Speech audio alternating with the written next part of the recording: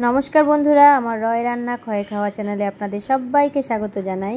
আজকে আমি একটা ইলিশ মাছের রেসিপি নিয়ে এসেছি, সর্ষে ইলিশ। তো দেখুন আমি কত সহজে সেই সর্ষে ইলিশটা বানাই এবং খুব তাড়াতাড়ি বানাবো। তো দেখুন, আপনারা থাকুন আমার সাথে। দেখুন বন্ধুরা, মাছটা আমি নিয়ে এসেছি। মাছটা ধোয়া হয়ে গেছে, ধুয়ে এবার ওটাকে নুন হলুদ মাখাবো। আর নুন হলুদটাকে মিশিয়ে নিই।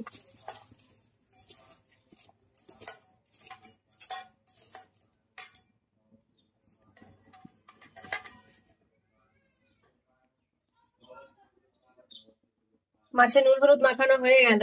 এবার আমি মাছগুলোকে হালকা ভাবে ভাজবো, একদম হালকা ভাবে। আমরা অ্যাকচুয়ালি ইলিশ মাছ ভাজি না, কিন্তু আমার হাজবেন্ড ভাজা মাছ ছাড়া খেতে চায় না, তো তার জন্য আর কি একদম হালকা ভাবে মাছগুলোকে ভেজে তুলে নেব।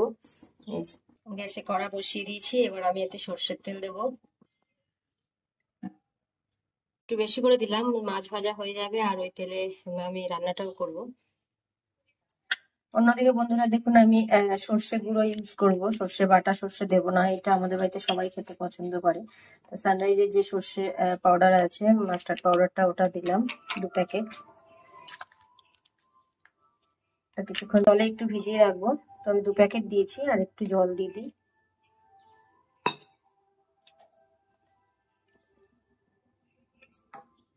ওটা কিছুক্ষণ ঢাকা দেবো এইভাবে। এবার এক এক করে মাছগুলো ভেজে নেবো।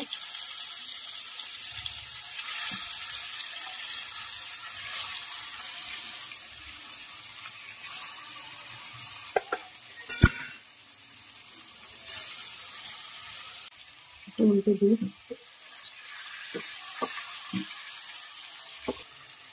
ভাজা হচ্ছে মাছগুলো, এবার তুলে নেবো মাছটা। তুলে ভাজা হয়ে গেছে, আমি এবার তুলে নিলাম, হালকা ভেজেছি। হ্যাঁ, বাকি মাছগুলো ভেজে নেব। কোনো কিছু আসলে নেই, মাছগুলোকে তুলে নিলাম। দেখুন বন্ধুরা, আমার সমস্ত মাছ ভাজা হয়ে গেছে। এবার আমি কড়াইতে কালো জিরে আর কাঁচা লঙ্কা ফোড়ন দেবো। তো বন্ধুরা, আমি এর মধ্যে আর কোনো তেল দিলাম না, অনেকটা তেলই আছে দেখুন। এবার আমি এখানে কিছু কালো জিরে দিলাম, আর দেবো 2 দানা চিনি, চেরা কাঁচা লঙ্কা। কালো জিরে কাঁচা লঙ্কা চিনিটা এটা দিলাম, যেটা সেটা দুটো মানে নিয়ে নিলাম। নিয়ে এবার সর্ষে গুঁড়ো যেটা আমি ভিজিয়ে রেখেছিলাম, তার মধ্যে আমি একটু কাঁচা লঙ্কা পেস্ট দিয়েছি, কয়েকটা কাঁচা লঙ্কা, 10-12টা মতো। আমরা একটু ঝাল খাই, তো এটা দিয়ে আমি ভিজিয়ে দিলাম এটা।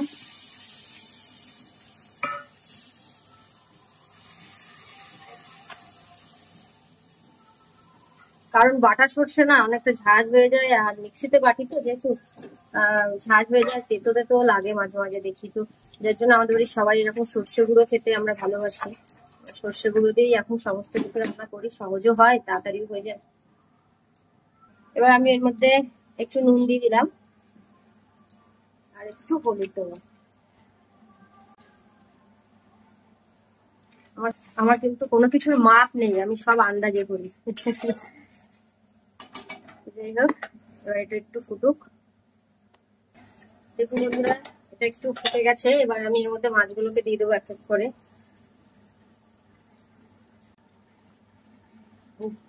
সব মাছগুলো দিয়ে দিলাম। এবার একটু উল্টে দেবো, প্রত্যেকটা মাছ একটু উল্টে উল্টে দিয়ে আমি গরম জল দিয়ে দেবো, ব্যাস। ইলিশ মাছ তো একটু নরম হয়, যার জন্য বেশি নাড়ানাড়ি করবো না এর মধ্যে, বেশি না। এবার আমি এর মধ্যে একটু উষ্ণ গরম জল দিলাম।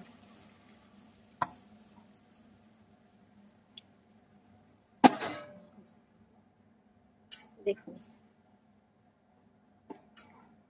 এবার আমি এটাকে ঢাকা দেবো, ফুটতে দেবো কিছুক্ষণের জন্য। এবার দেখুন বন্ধুরা, ইলিশের এটা করতে করতে আমার গ্যাস শেষ হয়ে গেল। তো এবার আমি এটাকে আর গ্যাসটা এখন লাগাবো না, কারণ আমার দেরি হয়ে গেছে, শুধু এটা ফোটার অপেক্ষাই ছিল। ফুটেও গেছে, আর একটুখানি ফুটলে হয়ে যেত। তো আমি এটাকে এবার ইন্ডাকশনে দেবো, দিয়ে একটু ফুটিয়ে নিলেই আমার ইলিশের রেসিপি রেডি হয়ে যাবে। তাও আমি আপনাদের সামনে দেখাচ্ছি, সেটা দেখুন। এটাকে আমি গামলায় ঢেলে ইন্ডাকশনে দেবো। দেখুন, ইন্ডাকশনে দিয়ে দিয়েছি, ফুটছে, এবার এক্ষুনি হয়ে যাবে। দেখুন কেমন ভাবে টকবক টকবক করে ফুটছে। তো বন্ধুরা হয়ে গেল আমার সর্ষে ইলিশ। দেখুন এবার আমি কয়েকটা চেরা কাঁচা লঙ্কা আর একটু সর্ষের তেল দেবো, বাস।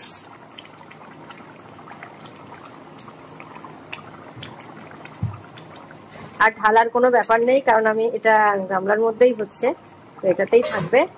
তাহলে আজকের মতো টাটা বন্ধুরা, আমার সর্ষে ইলিশ রেডি। এবার এটাকে এবার আমরা মজা করে খাবো। ততক্ষণে আপনাদের টাটা।